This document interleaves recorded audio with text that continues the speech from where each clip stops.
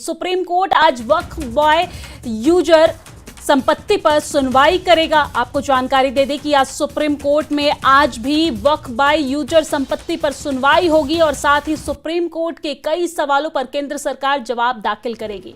बुधवार को करीब 2 घंटे चली सुनवाई के दौरान वरिष्ठ वकील कपिल सिब्बल समेत अन्य वकीलों ने इस कानून को असंवैधानिक घोषित करने की मांग की थी।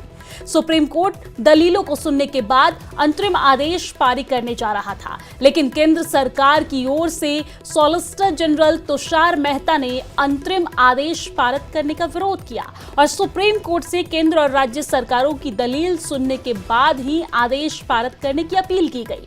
वहीं सुप्रीम कोर्ट ने वक्फ कानून के विरोध में जारी हिंसा को लेकर भी चिंता जताई।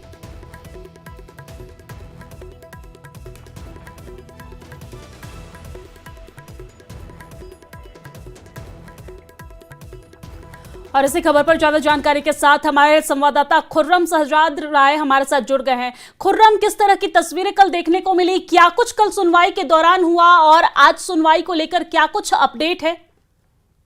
रोक ना लगाए और आदेश पारित ना करें। देखिए कि जैसा कि आपने कहा कि आज 2 बजे के करीब जो है दोबारा से सुनवाई रिज्यूम होगी। कल सुप्रीम कोर्ट जो अंतरिम आदेश है वो पारित करने जा रहा था। हालांकि उस आदेश में जो कुछ जिस तरह की चीजें थी उससे केंद्र सरकार के लिए एक बड़ा झटका हो सकता था, क्योंकि कई ऐसी चीजें थी जिस पर सुप्रीम कोर्ट ने कहा था कि वो रोक लगाना चाहता है। विशेष तौर पर जो वक्फ यूजर का इशू था उसमें जो डीएम को पावर दिया गया है, यानी कि किसी भी संपत्ति को को अगर ये विवाद हो जाए कि ये सरकारी संपत्ति है या उस पर दावा हो जाए तो फिर उस डिस्प्यूट पर फैसला लेने का हक जो है वो कलेक्टर को दिया गया था। और क्या कलेक्टर खुद अपने ही फैसले में, क्योंकि कलेक्टर खुद ही सरकार होता है, तो क्या कलेक्टर को खुद ये हक दिया जा सकता है? इसको लेकर सुप्रीम कोर्ट ने एक तरीके की रोक लगाने की बात कही थी।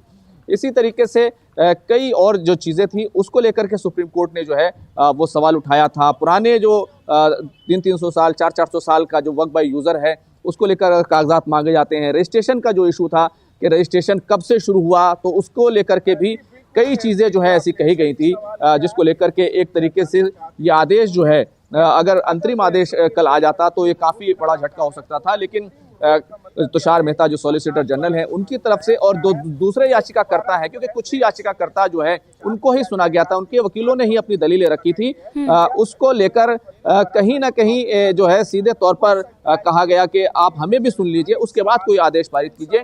तो वो आदेश जो है फिलहाल जो है रोक दिया गया था।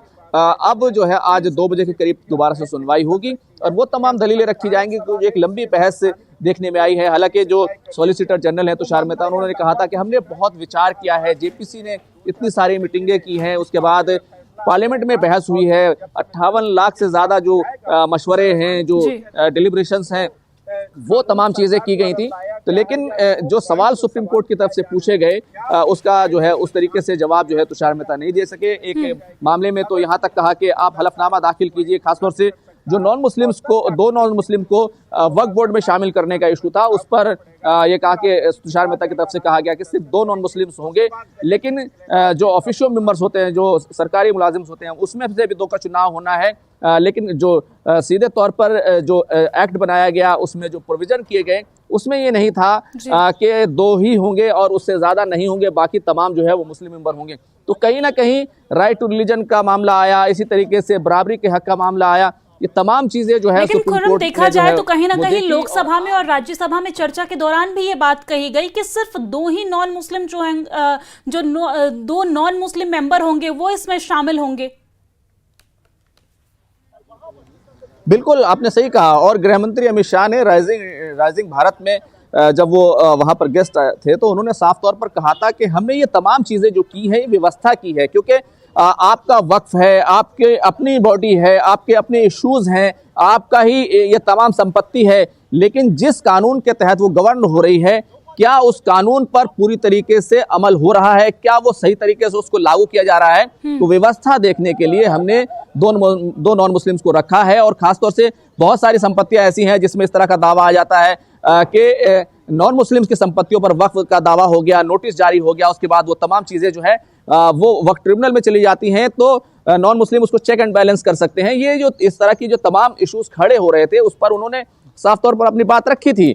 लेकिन क्योंकि जो एक्ट बनाया गया है उसमें तमाम चीजें साफ नहीं थी, और इन तमाम चीजें जो साफ नहीं थी उसको लेकर के कहीं ना कहीं कपिल सिब्बल हो या भाई अभिषेक मनु सिंघवी हो, इसके अलावा जो कई दूसरे सारे जो वकील थे उनकी तरफ से बात रखी गई और कहीं ना कहीं सरकार को कटघरे में खड़ा किया गया। और उसको जो कॉन्स्टिट्यूशन है, कॉन्स्टिट्यूशन में जो बराबरी का अधिकार है, जो भेदभाव न होने का अधिकार है, माइनॉरिटीज के लिए अपने जो इंस्टीट्यूशन है उनको मैनेज करने का अधिकार है, ये जो वक्फ जो है सीधे तौर पर एक माइनॉरिटी इंस्टीट्यूशंस के तहत आता है, सरकार उसको रेगुलेट करती है। और यही बात अमित शाह कह रहे थे, लेकिन जिस तरीके से दलीलें रखी गई वो कहीं ना कहीं एक कुछ अलग रास्ते पर जाती हुई दिखाई दे रही थी। उसके बाद ये हुआ कि इसकी और विस्तृत सुनवाई की जाएगी, उसके बाद ही कोई आदेश पारित किया जाए। और सॉलिसिटर जनरल तुषार मेहता ने यह भी कहा कि नॉन मुस्लिम मेंबर का जो इशू है उसको लेकर के उन्होंने एक जेपीसी की रिपोर्ट रखी कि जेपीसी में हमने इसको लेकर अपनी बात रखी है। तो सॉलिसिटर जनरल से